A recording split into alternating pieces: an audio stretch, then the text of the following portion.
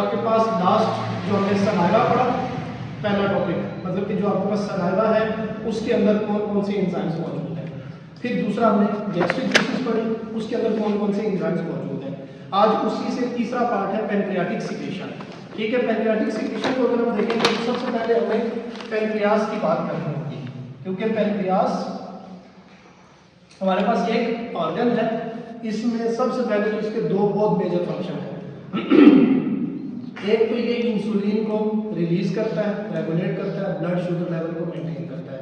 दूसरा जो हमारी बॉडी के अंदर शुगर एक्स्ट्रा फॉर्म में होती है उसको कन्वर्ट करता है ग्लूकागॉन में और उसको स्टोर रखता है। ठीक है, ये तो इसके अपार्ट फ्रॉम डाइजेशन ये दो फंक्शन मौजूद हैं। अब अगर इसको हम देखेंगे यहाँ पर तो इसकी डेली सिक्रीशन जो है वो ऑलमोस्ट 1.2 से 1.5 ml होगी। 1.2 से 1.5 ml इसकी सिक्रीशन है। अब कंपोजिशन की बात करेंगे तो जैसे हमने लास्ट बात की थी, जो सलाइवा है उसमें भी तकरीबन 99% वाटर है, बाकी कुछ उसमें बाइकार्बोनेट्स है। सेम इसी तरीके से इसके अंदर भी मैक्सिमम क्या है, वाटर मौजूद है। वाटर के साथ साथ इसमें आयंस है। पहले तो इसकी कंपोजिशन में थी वाटर मौजूद है, दूसरी आयंस है। ठीक है, आयंस में कौन कौन से आयंस हैं, इसमें कुछ कैटाइंस हैं। कैटाइंस वो आयंस जिनके ऊपर पॉजिटिव चार्ज है, एनाइन वो आयंस जिनके ऊपर नेगेटिव चार्ज है। ठीक है, बाइकार्बोनेट्स वगैरह। और क्योंकि ये आपके पास पैनक्रियाटिक जूस जो है ये कहाँ पर रिलीज होता है, ये स्मॉल इंटेस्टाइन पे रिलीज होता है। और स्मॉल इंटेस्टाइन में जो पीएच होती है वो क्या होती है, बेसिक होती है, 6, 7, 8। ठीक है, 7 के अराउंड होती है। तो इससे मुराद है कि आपके पास जो ये पैनक्रियाटिक जूस है या सिक्रीशन है ये क्या होती है, न्यूट्रल इन नेचर या बेसिक इन नेचर होती है। फिर इसके बाद इसके तीसरी इसमें होते हैं प्रोटीन्स। क्या होते हैं जी, प्रोटीन, जिसमें एल्बुमिन और ग्लोबुलिन दो मेजर प्रोटीन्स हैं। ठीक है, अच्छा अब इसके बाद इसके पास कौन कौन से एंजाइम्स मौजूद हैं। सबसे पहला इसके पास एंजाइम्स हैं, मतलब आप इसको वर्ड यूज कर रहे हैं पैनक्रियाटिक सिक्रीशन, इससे मुराद है कि इसके अंदर डिफरेंट एंजाइम्स हैं, ये नहीं है कि सिंपल एक एंजाइम है। ठीक है, पहला एंजाइम इसके अंदर उसने कहा है जी ट्रिप्सिन। आपके पास ट्रिप्सिन एंजाइम है जो कि किसके ऊपर एक्ट करेगा, प्रोटीन के ऊपर एक्ट करेगा। अब जो पेप्सिन है वो स्टमक के अंदर एक्ट करेगा प्रोटीन पे, और जो ट्रिप्सिन है वो स्मॉल इंटेस्टाइन पे एक्ट करेगा। फिर इसके बाद प्रोटोलिटिक, दूसरा एंजाइम कौन सा है जी, प्रोटोलिटिक है, जो आपके पास जो प्रोटीन है उसको क्या करेगा, ब्रेक डाउन करेगा। प्रोटीन का आप लोगों को अंदाजा है, जहन में स्ट्रक्चर होना चाहिए कि आपके पास डिफरेंट अमाइनो एसिड्स मिलकर प्रोटीन बनते हैं, और उन प्रोटीन्स को जब हमने अब्जॉर्ब करना है, डाइजेस्ट करना है, तो उनको दोबारा से ब्रेक डाउन करना होगा। ठीक है, फिर इसके अंदर काइमोट्रिप्सिन है, एक तो ट्रिप्सिन आ जाना और इसके साथ है काइमोट्रिप्सिन। आपके पास जो काइमोट्रिप्सिन है उसका क्या है कि जो आपके पास वो काइम की फॉर्मेशन हुई है उसके ऊपर ये एक्ट करेगा। फिर इसके अलावा राइबोन्यूक्लियेज है, ठीक है, और इलास्टेज भी है। अब जो आपके पास रेगुलेशन होती है पैनक्रियाटिक सिक्रीशन की, वो आपकी नर्वस से होती है और हार्मोनल से होती है। सेम जैसे हमने गैस्ट्रिक की पढ़ी थी कि वो किससे हो रही होती है जी, नर्वस से हो रही होती है या फिर हार्मोनल से हो रही होती है। ठीक है, इसके बाद इसके 3 तरह के इसके एक्शन होते हैं।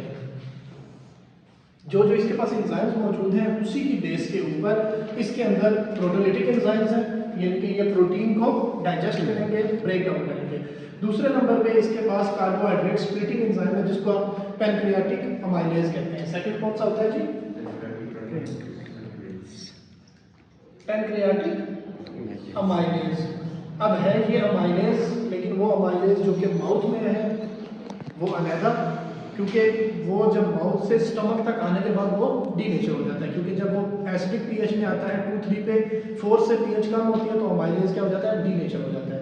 अब दोबारा से हमें स्मॉल इंटेस्टाइन में कार्बोहाइड्रेट को अब्जॉर्ब करना है, उनको डाइजेस्ट करना है, उसके लिए आपके पास कौन सा आ जाएगा, पैनक्रियाटिक अमाइलेज।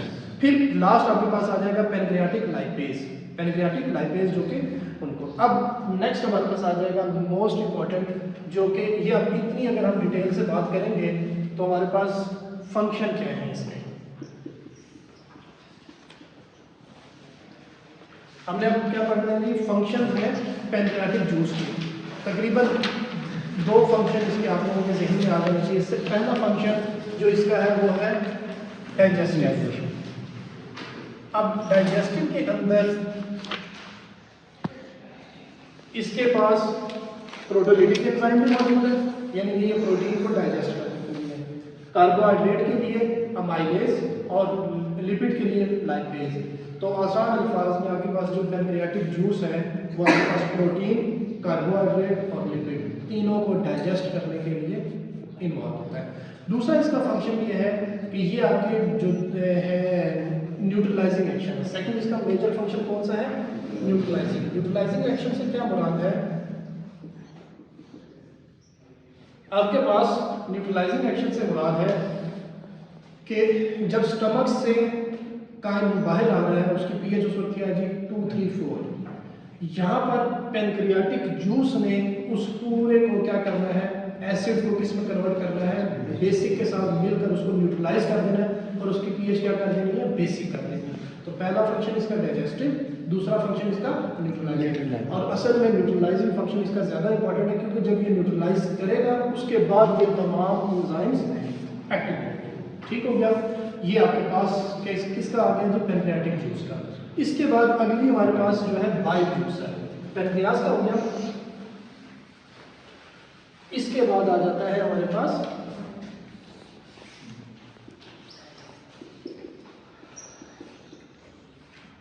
Bile juice. ठीक है, अब बाइल जूस जो है वो आपका किससे रिलेट करेगा, गॉल ब्लैडर से। मैंने कल के लेक्चर के अंदर भी आप लोगों को बताया था कि आपके पास जो डाइजेशन है वो इटसेल्फ सिर्फ स्टमक का काम नहीं है, उसके अंदर आपके माउथ से लेकर स्मॉल इंटेस्टाइन, लार्ज इंटेस्टाइन और फिर कुछ एसेसरी ग्लैंड्स हैं। उस एसेसरी ग्लैंड में पैनक्रियास है, गॉल ब्लैडर है, लीवर है। ठीक है, गॉल ब्लैडर और लीवर को आगे हम डिटेल से भी अभी इसी लेक्चर के अंदर डिटेल कर लेंगे। अब अगर हम बात करते हैं बाइल की, तो आपके पास इसकी जो डेली सिक्रीशन है वो 5.5 से 1 लीटर है। ये डेली सिक्रीशन क्या बता दें कि 24 आवर्स में जो एक साइकिल होता है। ठीक है, अच्छा, अब इसके अंदर भी इसकी जो पीएच है, क्योंकि ये भी अभी किस जगह पर हम आ चुके हैं, स्मॉल इंटेस्टाइन में, तो इसकी पीएच क्या होगी 7.6 से 8.4।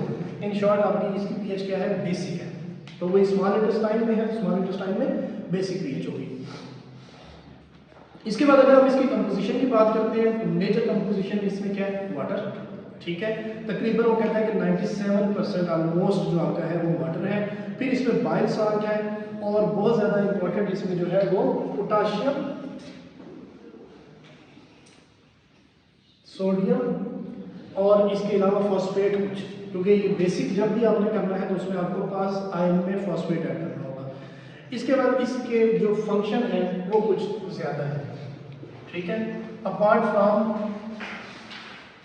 डाइजेशन के अलावा भी बाइल जूस के फंक्शन है, हर एक को हम फर्दर बात करते हैं। सबसे पहले हमारे पास आ जाता है डाइजेशन में। डाइजेशन में वो ये कहता है कि आपके पास ये प्रिवेंट करता है कार्बोहाइड्रेट और प्रोटीन की ज़्यादा ब्रेकडाउन को। ऐसा ना हो कि जो इससे पिछले हमने पैनक्रियाटिक जूस पढ़ा है वो ब्रेकडाउन करता ही जाए।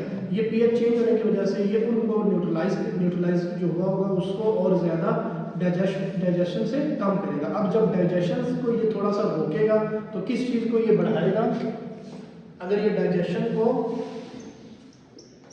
कंप्लीट करने के बाद किस चीज़ पे जाएगा, ये एब्जॉर्प्शन पे। किस पर आ जाएगा, एब्जॉर्प्शन पे। डाइजेशन को अगर ये ब्रेक करेगा तो किसके लिए फैसिलिटेट करेगा, एब्जॉर्प्शन। क्योंकि स्मॉल इंटेस्टाइन में और स्मॉल इंटेस्टाइन में कल के लेक्चर के अंदर हमने डिटेल से बात की थी कि स्मॉल इंटेस्टाइन में डाइजेशन से ज़्यादा एब्जॉर्प्शन होती है। ठीक है, फिर इसके बाद इसका लैक्सेटिव एक्शन है, बहुत इंपॉर्टेंट एक्शन है इसका, फंक्शन है लैक्सेटिव। लैक्सेटिव क्या होता है कि आपके पास जो चीज़ एब्जॉर्ब होगी उसके बाद आपके वो जो काइम है, जो बोलस है, फूड है, वो आगे मूव करता जाए ताकि वो आगे लार्ज इंटेस्टाइन तक जाए और लार्ज इंटेस्टाइन में जाने के बाद क्या हो सके, वो बॉडी से एक्सक्रीट हो सके। तो इसका एक्सक्रीशन में बहुत ज़्यादा काम है, लैक्सेटिव एक्शन है और साथ में ये क्या करता है जी, एक्सक्रीशन के काम करता है। इसके बाद पीएच को ओवरऑल मेंटेन करता है, पीएच को ओवरऑल ये बाइल जूस जो है ये मेंटेन कर रहा होता है। यहाँ तक ये हुआ। इससे जो नेक्स्ट होगा उसके अंदर हम लीवर और गॉल ब्लैडर किस तरीके से स्टमक के साथ साथ एसेसरी ग्लैंड्स के तौर पर क्या करते हैं, हेल्प आउट करते हैं डाइजेशन में, उसकी हम डिटेल से बात करेंगे।